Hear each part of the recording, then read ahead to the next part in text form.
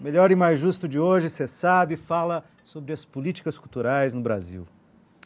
Cultura é patrimônio, é arte, é matéria-prima para a educação, é ferramenta de empoderamento social, entre tantas outras virtudes, é também geradora de empregos e engrenagem forte da economia. Mas quando o debate entra no campo dos direitos autorais, a propriedade intelectual, a polêmica tem sido certa. Uma das metas do PNC prevê a criação de um de uma instituição pública federal de promoção e regulação de direitos autorais. Esse órgão dá conta dessa questão controversa, né? Os Creative Commons, tem uma série de questões que estão na pauta, estão na ordem do dia e que estão no PNC. E não só aqui, né? Internacionalmente, hoje, mundialmente, soltam né? pipa, Em grande parte do mundo. É um debate importante, né? Afinal de contas, a questão do valor na cultura e da autoria tem aí suas características. Eu queria saber como é que vocês pensam isso. Esse tem sido um debate polêmico na sociedade brasileira e internacional. Muito pertinente, viu, Luiz? Porque, aqui falando como historiador até, né? Nessa atual etapa de acumulação do capitalismo no mundo, que se chama o capitalismo do conhecimento, né? Cognitivo, né? O controle da propriedade intelectual é a base do controle da reprodução do capital. E por isso é que tudo isso suscita tanto debate, tanta polêmica, né?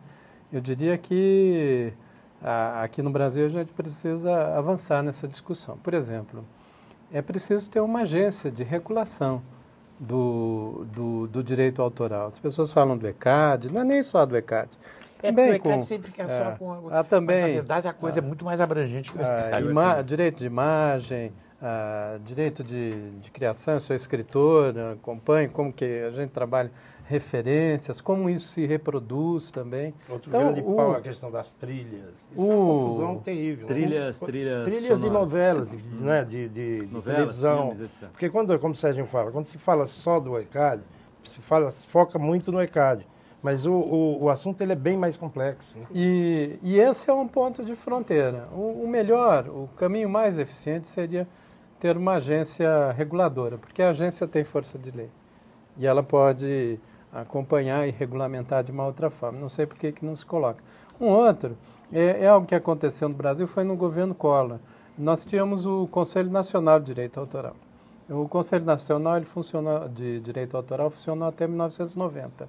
Aí o que aconteceu? Ele foi extinto, mas antes de se auto-extinguir, inclusive foi uma adesão de se auto-extinguir, ele definiu uma série de regulamentações que permite, por exemplo, o ECAD fechar uma quermesse que acontece numa escola pública, cobrar um hotel porque tem um aparelho de televisão no quarto, coisas desse tipo que são absolutamente incompreensíveis para a sociedade. Sério, e dá poder de polícia. Dá um poder de polícia para o ECAD. Isso foi dado pelo Conselho Nacional de Direito Autoral. Ele se auto-extinguiu, não se criou nenhum outro órgão de regulamentação para isso. Foi num momento, num marco que não tinha nem CD, estava começando naquela época. Então hoje nem é CD, hoje você põe a música em nuvem, né? E isso criou uma situação muito de grande insatisfação, de dois lados. Do lado do público, que quer ter acesso ao conhecimento e de uma forma justa e equilibrada. E, por outro lado, dos autores, porque tudo ficou muito concentrado. Hoje é pouco mais que uma centena de pessoas que se beneficia desse esquema.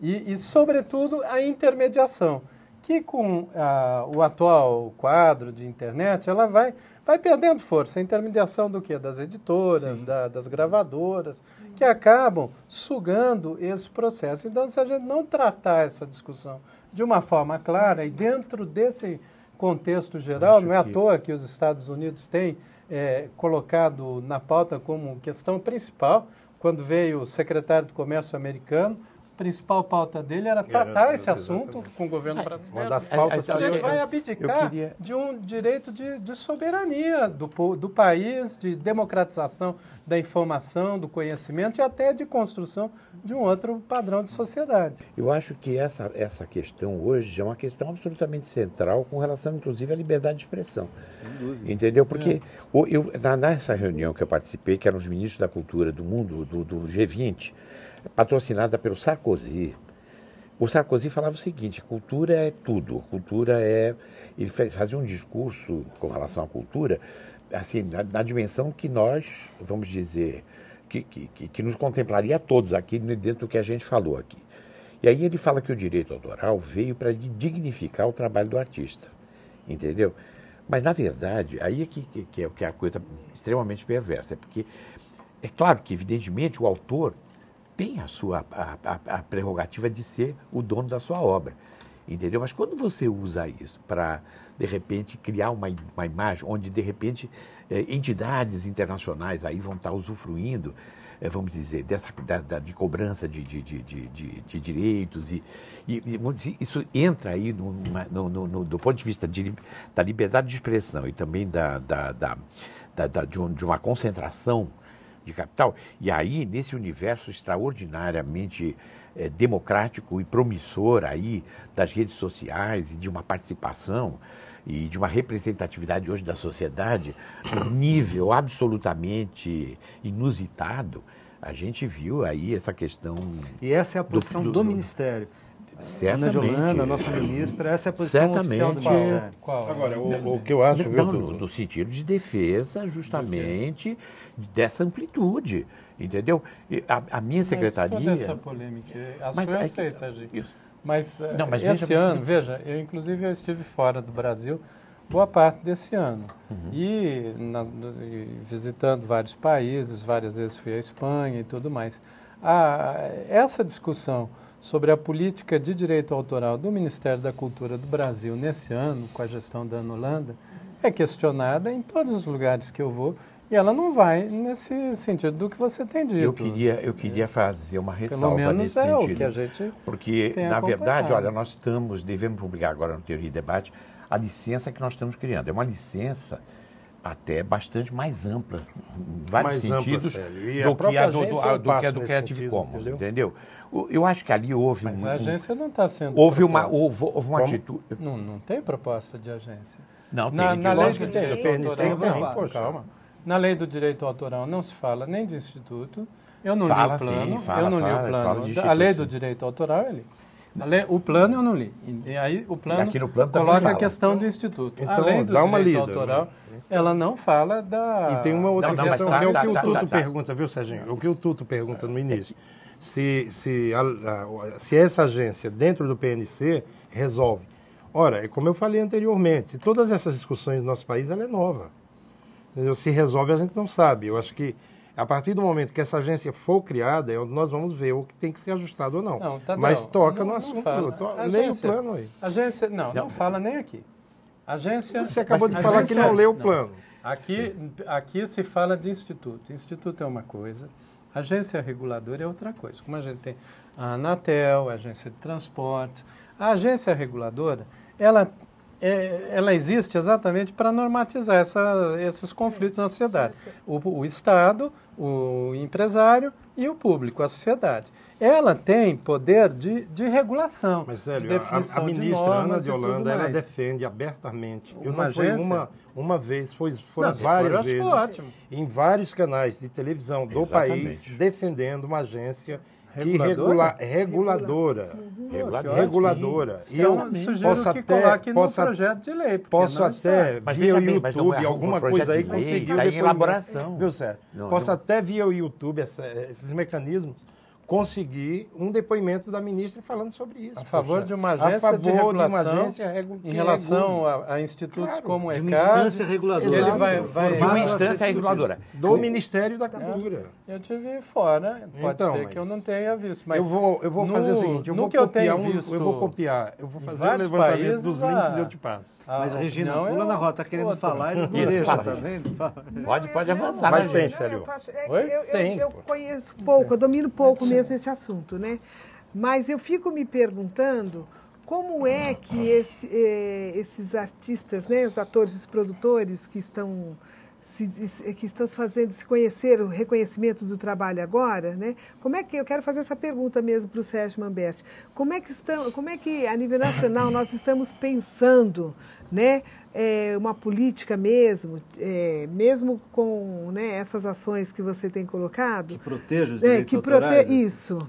Não, veja bem, a lei de direito autoral, em princípio, ela define o autor como, vamos dizer, o detentor dos seus direitos. Sim. Agora, evidentemente que o artista, e aí a gente tem visto o próprio Gil, muitas vezes, não só o Gil, mas o Gil é um defensor dessa ideia de que se você quiser disponibilizar, e vários artistas têm disponibilizado. O Paulo Coelho, ele liberou totalmente os direitos da obra dele. O movimento Música para Baixar também, que é um movimento que vai nesse sentido. Exatamente. Né? Libera... Certamente, para esses grandes nomes, isso, vamos dizer, é uma atitude mais fácil de tomar, porque ele já tem um mercado.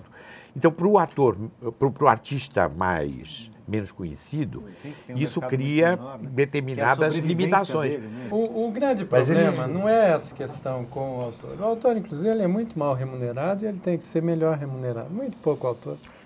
Os direitos conexos dos artistas também é complicadíssimo. Por exemplo, hoje o jabá, né, é institucionalizado. E a principal forma de distribuição de direito autoral que o ECAD faz é pelo jabá. Por quê? Porque eles pegam as músicas as 100 mais tocadas no rádio, são mais tocados que esse pagou jabá.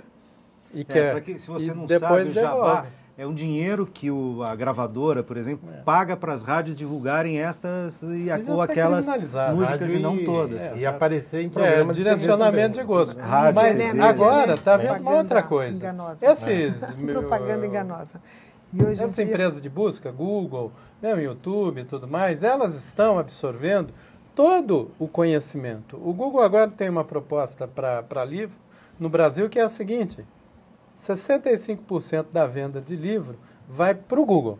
Os outros 35% serão distribuídos para edição e para o autor. Olha, e você veja, o Google... E é um sugador que, o Google que vai se fazendo. Está contra o Sopa. O Google está contra o Pipa, porque ele é prejudicado, porque quem que está do lado do Pipa? Essa é a grande indústria de Hollywood.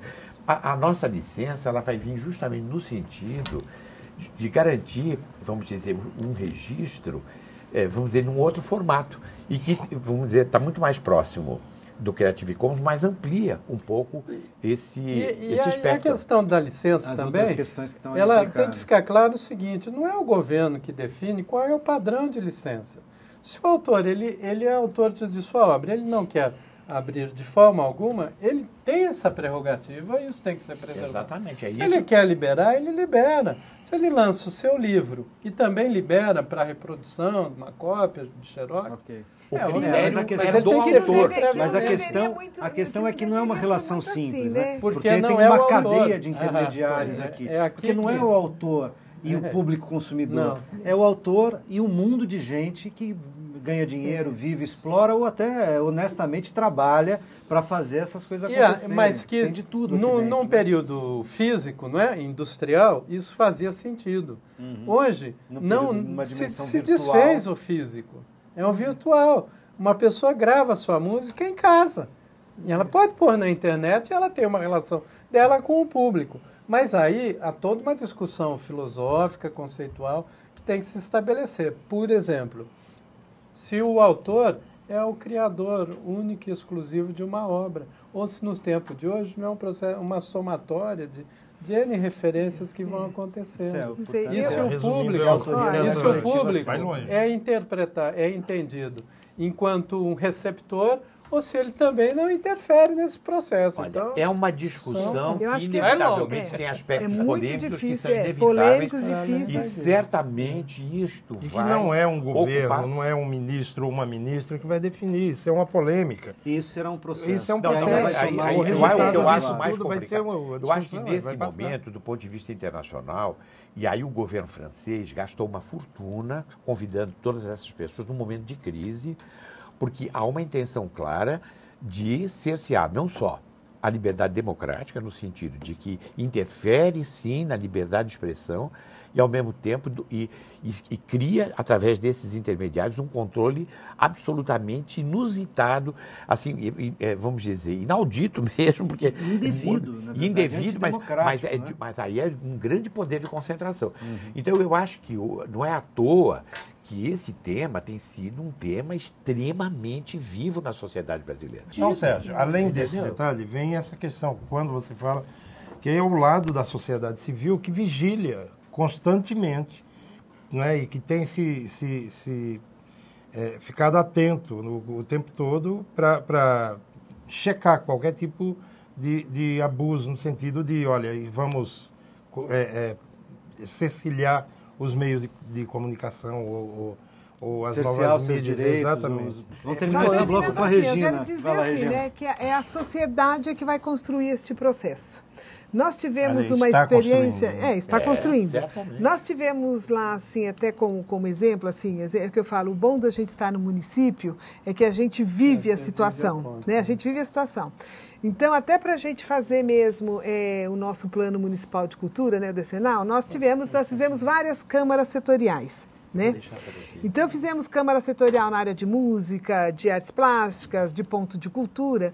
E quando chegou na área de música, eu convidei o presidente da Ordem dos Músicos do Brasil. Nossa Senhora, os produtores culturais da cidade, né? Todos assim, eu falei, gente, nós temos que construir a nossa história. Nós vamos ter que nos posicionar, nós vamos ter que nos colocar. Foi, assim, maravilhoso, porque, né, eles falam assim, não, nós pagamos a nossa mensalidade, mas nós não queremos nada com eles, porque foi bem assim, foi claro mesmo, né? A gente vai lá pagar a nossa mensalidade, mas nós não queremos saber da Ordem dos Músicos ganhou a pecha e acho que com alguma razão ganhou essa fama de, na verdade, explorar... Isso. Agora, isso foi um benefício. Essa agregação, para nós, foi muito importante, né? Porque agora a Ordem dos Músicos estão reconhecendo o trabalho que nós fazemos, porque eles também não conheciam, né? Então, e os nossos músicos também, mesmo pisando em ovos, né? Mas agora nós estamos, até por essa aproximação de várias reuniões, de várias discussões, nós estamos pensando, chegando, né, num ponto assim, pensando num bem comum para todos. Regina, né? E que... teve um momento que você estava falando, eu até te interrompi, a gente não retomou. Mas você falou que falou com o peixe. Porque nós temos uma pauta parlamentar, porque o Plano Nacional de Cultura, ele está intimamente ligado ao Sistema Nacional de Cultura. Isso. E os municípios precisam fazer o seu ato de adesão, Sim, entendeu? E certamente a segunda parte agora do desenvolvimento do Plano Nacional de Cultura é o desenvolvimento dos planos municipais e estaduais. E a criação do SNIC, que é o Sistema Nacional de Informações e Indicadores Culturais, que é uma grande plataforma digital colaborativa que nós vamos estar lançando esse ano. Então, o que nós vamos lançar esse ano, Pensar o Futuro, é no próximo bloco. Já já a gente volta.